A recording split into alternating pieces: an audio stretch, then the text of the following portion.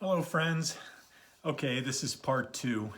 Huck Finn and his reaction against Romanticism, and you can see I'm wearing different clothes and everything.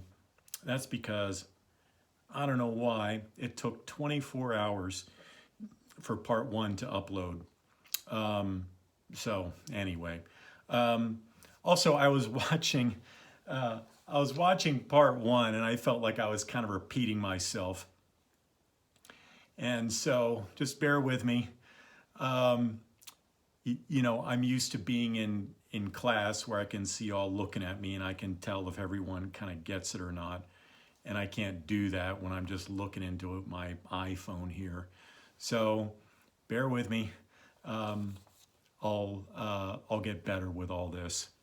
Anyway, but okay, well, keep up your good work. Thank you for your posts online and everything like that. And so we're making it work. I sincerely believe that. So, and y'all really deserve the credit for that. Thank you again for bearing with us here and under such strange circumstances. And I hope y'all are doing well. If you have time on your hands and you're looking for other material to read or anything like that, let me know. Feel free to send me an email or something. I'd be happy to make recommendations. Okay, well, let me pick up with some additional points here. One is that, and this is partly to just wrap up, what I was saying about Mark Twain and the critique of Romanticism. If you want to look over on page 131, this is kind of early-ish in the novel. Chapter 13. Huck and Jim are going down the river and they see a wrecked riverboat, and no one's going to remember the name of it. It's subtle, but it matters. The name of the wrecked riverboat is the Sir Walter Scott. And so this is Twain taking a big old swipe at that British Romantic literature that Southern slaveholders, the plantation owners, just ate up. And so you can see this. This is on 131, about 3 pages in if you have this edition. Why Pap and Mam and Sis, this is Huck talking, telling a lie, basically.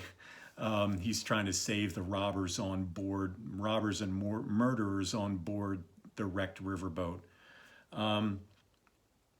Telling a lie because he's trying to save their lives, even though they probably don't really deserve it.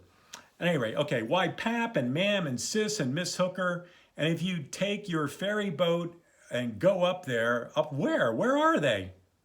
On the wreck. What wreck? Why, there ain't but one. What, you don't mean the Walter Scott?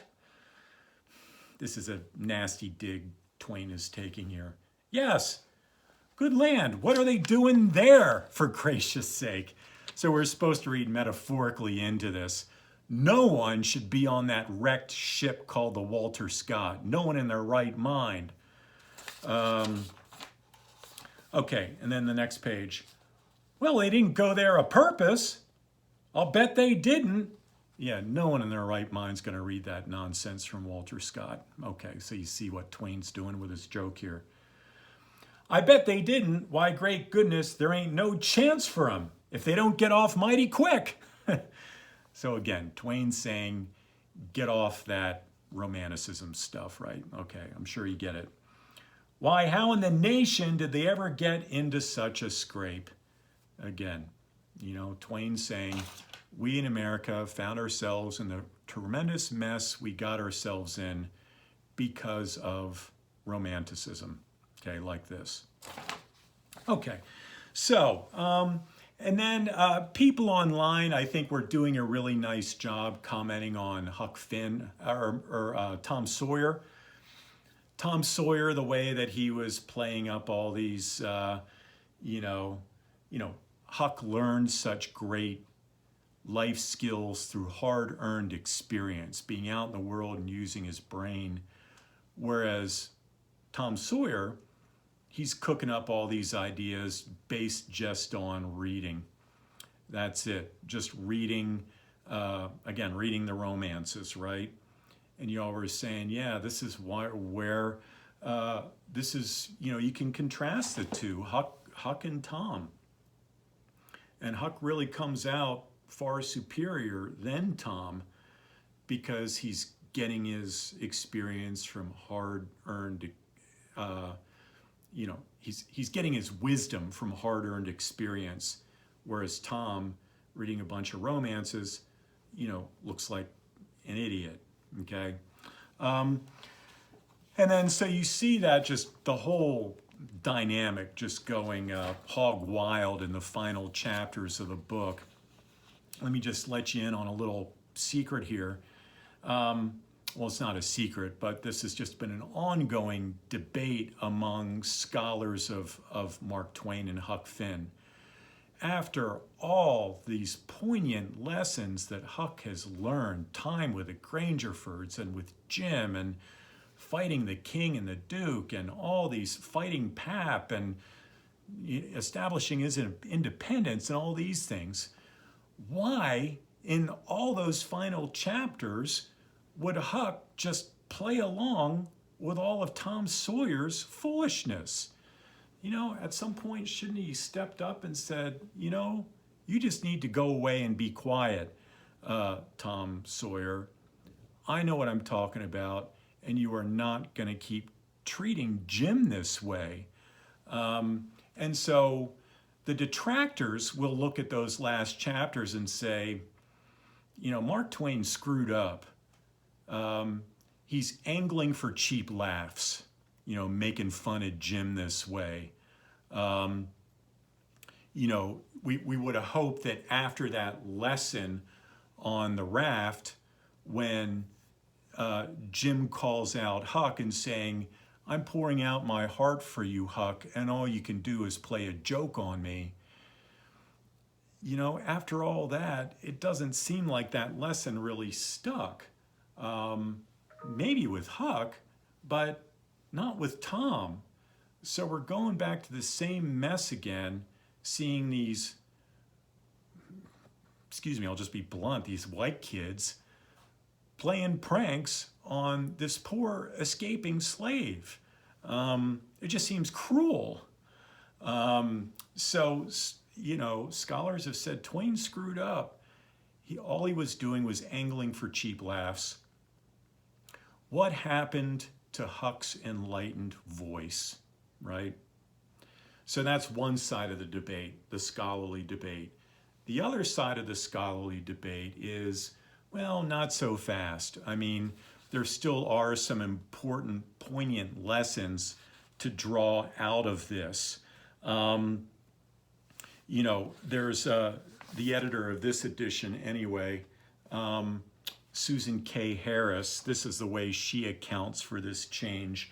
She says, Jim's false enslavement at the Phelpses symbolizes his position as a free, he's free, but how free was any black person in these years?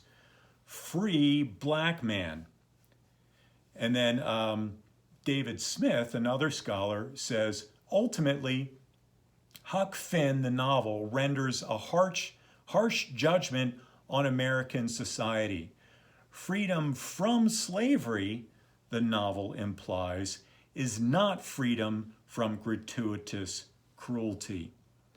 So in other words, they are trying to say that Twain is not having fun here at Jim's expense with the rest of the, with Huck and Tom. Twain is criticizing their cruel treatment of Jim and saying, this is all too often what happens to Jim. Okay, so that's one side. The other side, Ernest Hemingway, great American writer. I'm sure a lot of you have come across him. Ernest Hemingway says that after chapter 30 in this novel, and this is a quote from Hemingway, the rest of the novel is cheating. The rest of the novel is cheating after chapter 30. If you look over on page 298. I'll just give you a couple examples. These are the things that scholars have said.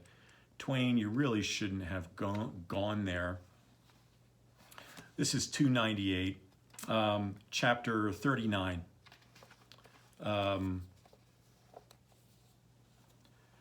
Okay, so this is meant to be, just a cheap laugh that Twain is having at Jim's expense. Very bottom of 298 in this edition. Well, by the end of 3 weeks, everything was in pretty good shape. The shirt was sent in early in a pie, and every time a rat bit Jim, he would get up and write a little in his journal whilst the ink was still fresh. So Jim's writing in his journal the way they told him to, in his blood after a rat bites him. And it's hard to see much more in this than just a cheap laugh. Where's Huck's enlightened voice, right? Recognizing Jim's humanity. Turning Jim just into a comic fool, something like that. Or if you look over on page 305, this seems like another gratuitous swipe, or diminishing Jim's humanity somehow as an escaped, unique humanity as an escaped slave. Another example of this is on page 305, which is chapter 40. Chapter 40. So this is after Tom gets shot in the leg, and then they catch Jim, and Jim's a good guy because he stayed by Tom and didn't try to escape and all that, right? Well, then, this is the way it looked to me, Huck. If it was him that was being set free and one of the boys was to get shot, would he say, "Go on and save me, never mind about a doctor, for to save this one"? Is that like Master Tom Sawyer? Would he say that? You bet he wouldn't. Well then, is Jim going to say it? No, sir. I don't budge a step out of this place without a doctor, not if it's over 40 years. So, again, Jim's decency and loyalty is coming out. Okay, fine. This is the Jim we all know. But watch this next line here. And I'm sorry, from my point of view, this is a problem. I knowed he was white inside. Oh boy. Twain, really? Did you really go there? I knowed he was white inside, and I reckoned he'd say what he did say, so it was all right now. And I told Tom I was going for a doctor. So, yeah, that's the kind of thing that readers have been critical of. Okay, so then that raises the next question then, which is, this is a book that's still highly canonical, very widely read, widely taught, and all that sort of stuff. And I don't know there's an answer to what I'm about to ask, so I'm just going to put it out there and y'all can think about it, okay? But it's like this. To what extent is it still appropriate to teach Huck Finn, especially to younger people, high school age kids? I first read this book when I was a freshman in high school, quite a while ago. And it was taught to us as being a book that would help teach young people about what racial harmony, racial justice, racial understanding look like. Huck and Jim serving as a model for racial harmony. But given some of these problems that scholars have pointed out, is it time that we look to other novels instead to teach that lesson to younger people? So that's what you get to decide. And of course, this is in the news all the time still. The frequent use of the N-word many, many times through here, that's problematic too for a lot of readers, of course. So is it appropriate to still treat this as a standard work of American literature? That's for you to decide. Just know that's a debate. Okay, so, okay, blah, blah, blah. All right, Well, one thing that we can do here to say that, you know, one other way that I can talk about if we were to rescue the reputation of this novel, besides all the other things that I've said, if you want to look over on page, this is the very, very end of the novel, on page 320, last chapter, last paragraph, and probably one of the most famous expressions from the book, and it's one of my favorites, in fact, from the book. So now they're talking about the happily ever after ending and all this. So let me just read. Last paragraph, 320. Tom's most well now and got his bullet round his neck on a watch guard for a watch. And is always seeing what time it is. So there ain't nothing more to write about, and I'm rotten glad of it. Because if I'd have knowed what a trouble it was to make a book, I wouldn't have tackled it. I ain't going to no more. But I reckon, and this last sentence here is, I think is really good and it's important. But I reckon I got to light out for the territory ahead of the rest. Because Aunt Sally, she's going to adopt me and civilize me. And I can't stand it. I've been there before. So that's our Huck, right? I don't have any use for civilization and Aunt Sally. I'm going to just head out for the I'm going to go out to the frontier so I can be out in nature again. But what some scholars have pointed out, he's not only escaping Aunt Sally and the widow Douglas and all that, he's escaping Tom Sawyer too. He's not saying he's going to be running off with Tom to the territory. He's going by himself, all right? So that could well suggest, you know, all of Tom's nonsense and everything that he was doing to poor Jim. I got to get away from that crap too. So it's passages like that that we can think, okay, you know, maybe the novel's not so flawed after all. But just be aware of that. Scholars for many, many years have been trying to make sense of those final chapters and have felt let down by them. So be aware of that scholarly debate and then try to make sense of it in whatever way that you like. Oh, let me just introduce one final point about that. Those last chapters of the book, Twain, when he was writing the novel, that first part up until that chapter 30, he'd done, you know, pretty much in one stretch of time, a short stretch of time. Then he put the novel down for years. I'm sorry, I forget how many, I think 8 or 10 years, and had done some and written some other novels in between, and then went and wrote those last chapters. So that's in part how we can account for why it might seem like there's such a different tone in place. You know, to put it bluntly, maybe he kind of forgot what he was talking about and forgot some of those lessons that he had Huck learn. That's entirely possible. Okay, well, I'll leave it there. Please do. You know, there are lots of other things certainly we could be talking about with this novel.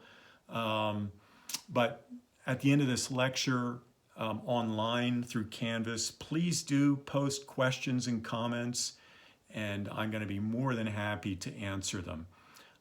Bring up other issues, other things that you'd read. There are many, many other points that we could discuss. But I'll leave this more or less formal lecture. I'll leave it right here. Okay, take care, y'all. Bye-bye.